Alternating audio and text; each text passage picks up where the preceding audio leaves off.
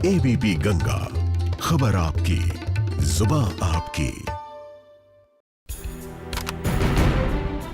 आप जिन्हें सौंपते हैं राज, वो आपके लिए बनाते हैं कैसी नीति।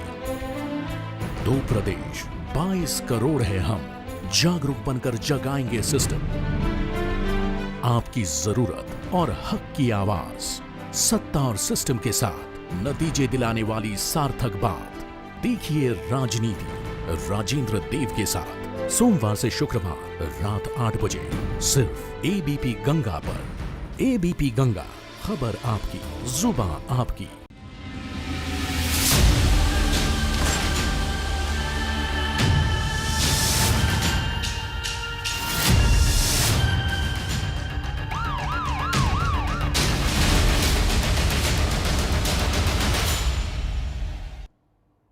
हाई अलर्ट में ब्रेक के बाद अब हिसाब किताब होगा उस गुनाह का जिसका अंजाम सिर्फ है जेल की सलाखें। तो आइए बिना देर किए देखते हैं क्राइम डायरी।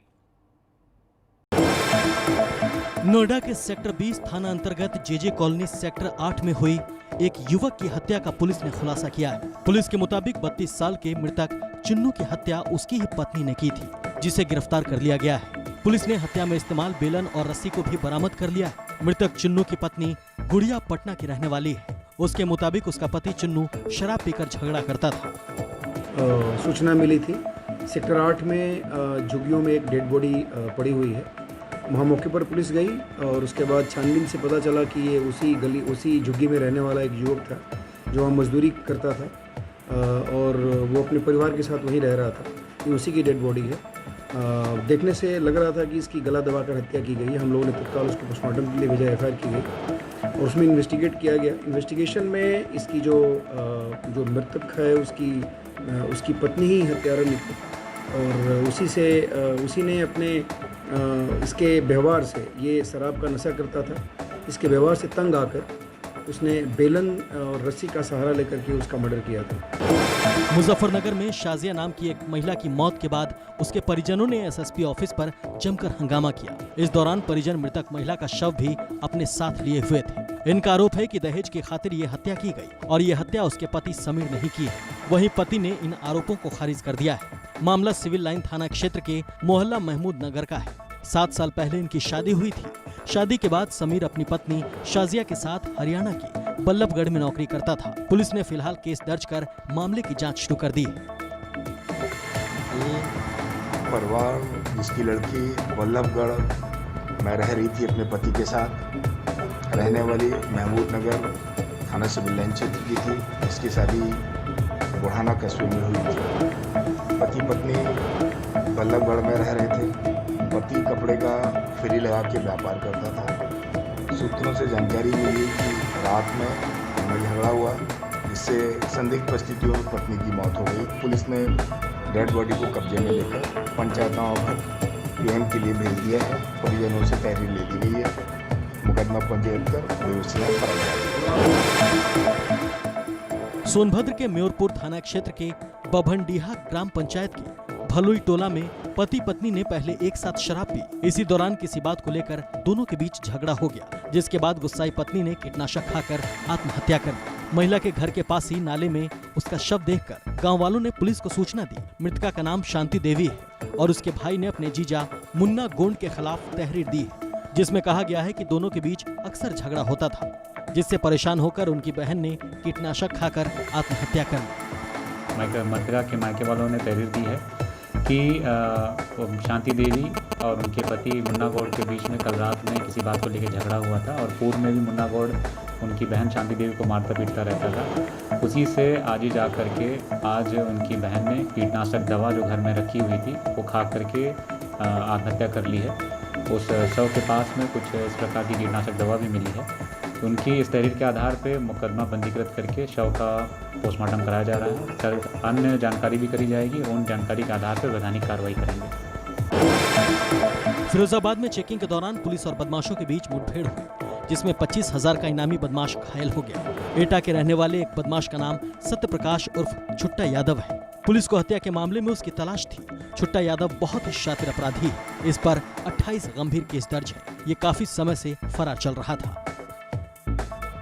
एटा पुलिस की आज चेकिंग के दौरान बदमाशों से एक मुठभेड़ हुई है।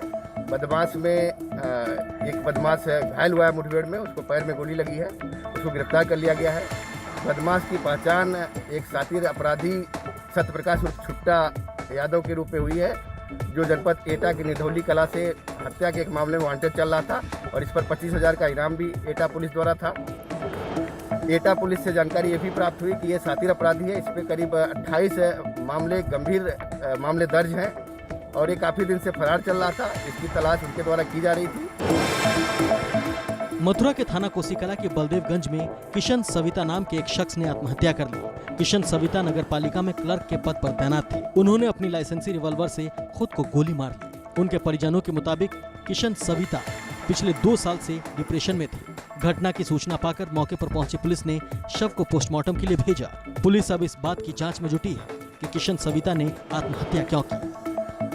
किशन लाल सना प्रभुदयाल निवासी कोसीकला, जो कि नगर पालिका कर्मी थे, आज प्रातः थाने पर सूचना प्राप्त हुई कि इनके द्वारा अपनी लाइसेंसी बंदूक से आत्महत्या कर दी गई है। इस सूचना पर बॉडी पीएम के लिए भेजी जा रही है। अभी जांच में यह प्राथमिक दृष्टि से पाया जा रहा है कि डिप्रेशन के कारण इन्होंने आत्महत्या की है। जांच के पश्चात अन्य जो भी नए तथ्य प्रकाश में आएंगे अग्रिम विधि कार्रवाई की जाएगी। पुलिस ने आगरा में हुए एटीएम लूटकांड का पर्दाफाश किया है। पुलिस ने इस मामले में 3 शातिर बदमाशों को गिरफ्तार कर उनके कब्जे से 5,30,000 रुपए कैश बरामद किए हैं। आपको बता दें कि फतेहपुर सीकरी थाना क्षेत्र में कुछ दिनों पहले बदमाश एक एटीएम उखाड़ ले गए थे। पुलिस को पता चला कि मेवात गैंग का सरगना चीलू अपने 6 साथियों के साथ यहां कार से पहुंचा था और एटीएम को उखाड़ कर ले गया है। फिलहाल चीलू गैंग के 3 बदमाश पुलिस की गिरफ्त में हैं, जबकि गैंग का सरगना चीलू और उसका 2 साथी अभी भी पुलिस की पकड़ से दूर है। पुलिस के मुताबिक एटीएम में 9 लाख रुपए कैश थे, लेकिन बदमाशों के पास अभी 5,30,000 रुपए ही बरामद कर पाई है पुलिस। पिछले 1 सप्ताह से हमारी 5 टीमें लगी हुई थी। अपराधियों के बारे में सूचनाएं संकलित की गई थी। पिछले 5 वर्षों में एटीएम की जो घटनाएं आसपास के ज़िलों में हुई उसको संकलित किया गया था और उसी के क्रम में आज सुबह में हमारी टीम को ये सूचना मिली कि वो गैंग जो है एक एटीएम के पास जो है वो पुनः घटना करने के लिए आ रही है। हमारी टीम हाईवे पर लगी थी और हाईवे पर मौजूद केनरा बैंक के एटीएम पर ये लोग घटना करने के लिए मौजूद थे, जहां हमारी टीम ने धरपकड़ की।